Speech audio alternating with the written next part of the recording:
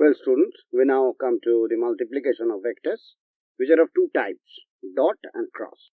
Now, when we multiply two vectors and we say that the multiplication is dot product, we imply that the two vectors produce a quantity which is not a vector, which is a scalar quantity, and that is expressed mathematically as A dot B is equal to AB cos theta. So we understand that AB cos theta is not a vector quantity, it is a scalar quantity. So it is a quantity which possesses only magnitude. Now the question arises that where from this cos theta comes into the scenario. So in order to explain that, we consider two vectors. Say for example, we have a vector A here and we have another vector B there. Now the point is that when I am multiplying the two vectors, it is primarily to be understood that I have to bring them on the same line.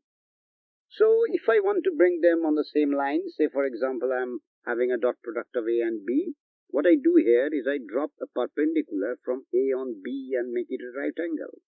So when this is A and this is a perpendicular with this as right angle, I can say that this magnitude is A cos theta.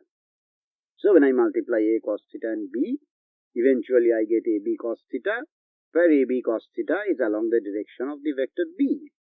Now when I am teaching a A cross B situation like this, there is someone else who comes and introduces the whole thing like this. Now according to him, this is A and this is B and this is theta. Now what he intends to do is to drop a perpendicular from B, get this a right angle. So this is B cos theta, and then we multiply A and B cos theta to get AB cos theta, which is directed along A.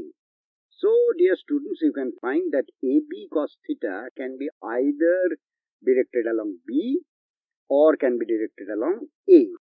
So it implies that AB cos theta have no specific sense of direction. It can be either along A or along B. That is the reason why we call it a scalar product and not a vector product. So now we go on to the next section where we have to discuss that what actually can be the applications of a dot product.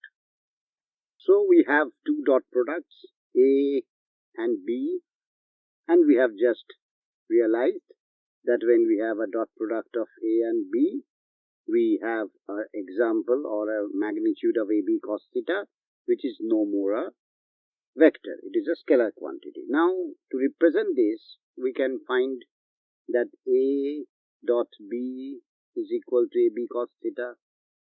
So now, you see, what we are actually doing is, we are learning how to take component of one vector on another.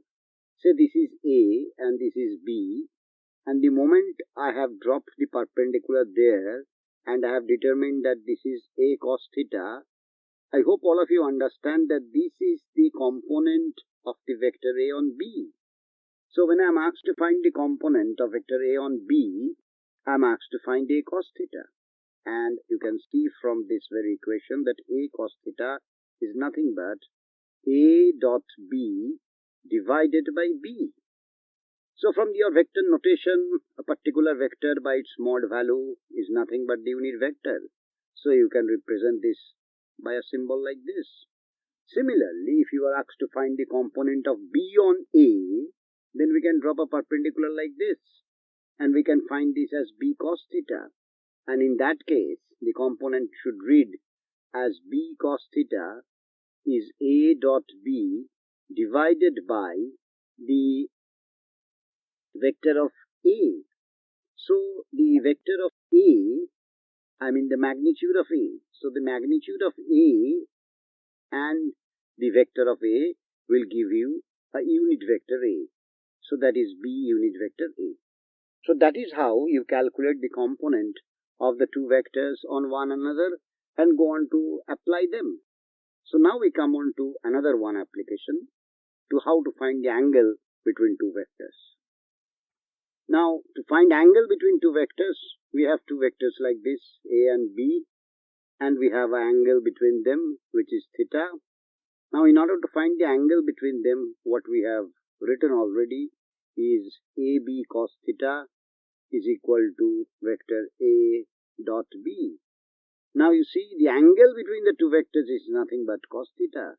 So, it is A dot B divided by vector A and B. Now, mind you, this A, this B are all mod values. So, what we can write is this is nothing but A unit vector and B unit vector. So, if you multiply A unit vector and B unit vector, you get the angle between the two vectors. So, that is what we have for dot product right now. And to just make you remember one more thing, that a very important application of dot product is work, which is force dot F, and power, which is force dot velocity. So next we will be going on to some more applications, but right now this is up to this. Thank you. For testing your understanding of this lesson and more videos, log on to www.tubelessons.net.